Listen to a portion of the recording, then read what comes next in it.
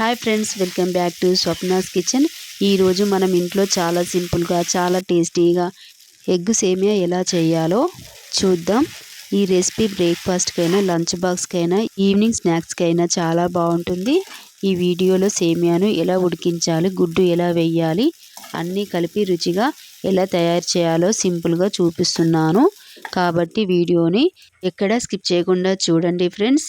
ముందుగా స్టవ్ పైన ప్యాన్ పెట్టుకొని చూడండి, కొంచెం ఉప్పు వేయాలి, కొంచెం ఆయిల్ వేసి వాటర్ మరిగించుకోవాలి. ఇలా మరిగిన వాటర్లో 2 కప్పుల సేమియా వేసుకోవాలండి. చూడండి, నేనైతే 2 కప్పుల సేమియాతో చేస్తున్నాను. ఇలా వేసి మంచిగా ఉడికించుకోవాలి. ఒక 60% ఉడికించుకుంటే సరిపోతుంది. సేమియా చాలా బాగుంటుంది, చాలా రుచిగా ఉంటుంది, చాలా ఈజీగా చేసేస్తారండి. చూడండి, ఇప్పుడు సేమియా ఇలా కట్ అయితే సరిపోతుంది. ఈ విధంగా అంతేనండి. వాటర్ మొత్తం వంపేసుకోవాలి. ఒక జాలి సహాయంతో వాటర్ మొత్తం వడపోసుకొని పైనుంచి నార్మల్ వాటర్ పోసుకోవాలి. ఇలా పైనుంచి నార్మల్ వాటర్ పోస్తే సేమియా మొత్తం చల్లారి పొడి పొడిగా అవుతుంది. చూడండి ఫ్రెండ్స్, మీరే ఇప్పుడు ఇది పక్కకు పెట్టుకొని కట్ చేసి పెట్టుకున్న పచ్చిమిర్చీలు, కరివేపాకు, క్యారెట్ ముక్కలు, ఆనియన్ ముక్కలు, వెల్లిపాయలు ఇలా కట్ చేసి పెట్టుకున్నానండి. ఇప్పుడు స్టవ్ పైన 1 స్పూన్ ఆయిల్ వేసుకొని కొంచెం పసుపు వేసుకోండి. ఇలా పసుపు వేసుకున్న తర్వాత ఇప్పుడు చూడండి, ఇప్పుడు ఆయిల్లో ఎగ్స్ బ్రేక్ చేసుకొని వేసుకోవాలి. ఇలా నేనైతే 3 గుడ్లు తీసుకున్నానండి. మీరు 4 అయినా వేసుకోవచ్చు. ఎక్కువ తినాలనుకుంటే 5, 6 కూడా వేసుకోవచ్చు. ఎక్కువ ఎగ్ ఉండాలంటే ఒక్క ఎగ్ ఉన్నా కూడా చేసుకోవచ్చండి. టేస్ట్ అయితే చాలా బాగుంటుంది. తప్పకుండా ట్రై చేయండి ఫ్రెండ్స్. చూడండి, ఇప్పుడు కొంచెం కారం, కొంచెం రుచికి సరిపడా సాల్ట్ వేసుకోవాలండి.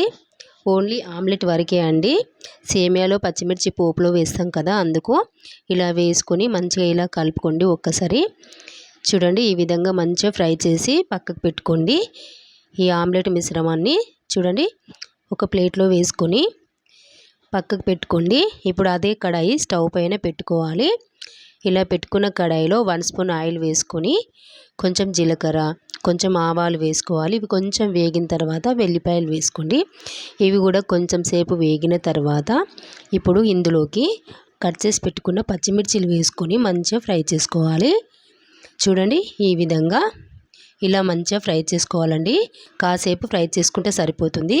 ఇప్పుడు కట్ చేసి పెట్టుకున్న ఆనియన్ ముక్కలు వేసుకొని కూడా మంచిగా ఫ్రై చేసుకోవాలి. ఈ విధంగా ఇవి కూడా కొంచెం వేగిన తర్వాత ఇప్పుడు క్యారెట్ ముక్కలు, కరివేపాకు వేసుకుందాం.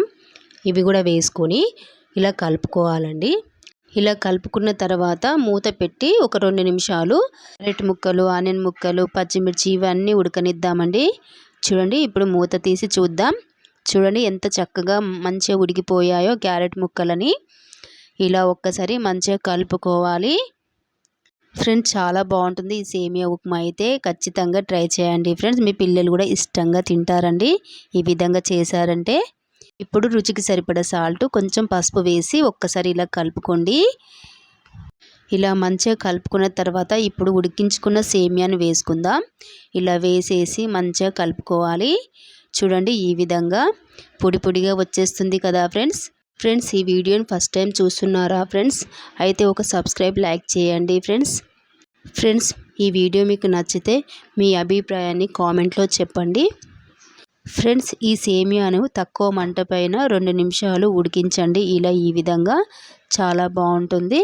ఇప్పుడు మనం ఫ్రై చేసి పెట్టుకున్న గుని ఇందులోకి వేసుకొని మంచిగా ఇలా కలుపుకోవాలండి. చూడండి, ఇది కూడా కాసేపు వేగనివ్వాలి స్టవ్ సిమ్లో పెట్టి. చూడండి, ఈ విధంగా పొడి పొడిగా వచ్చేస్తుంది కదా. చూడండి ఫ్రెండ్స్, చూస్తుంటేనే తినాలనిపిస్తుంది కదా. టేస్ట్ కూడా అంత రుచిగా ఉంటుంది ఫ్రెండ్స్. ఇప్పుడు చివరిగా పైనుంచి కొత్తిమీర ఇలా వేసుకొని ఒక్కసారి కలుపుకోవాలండి.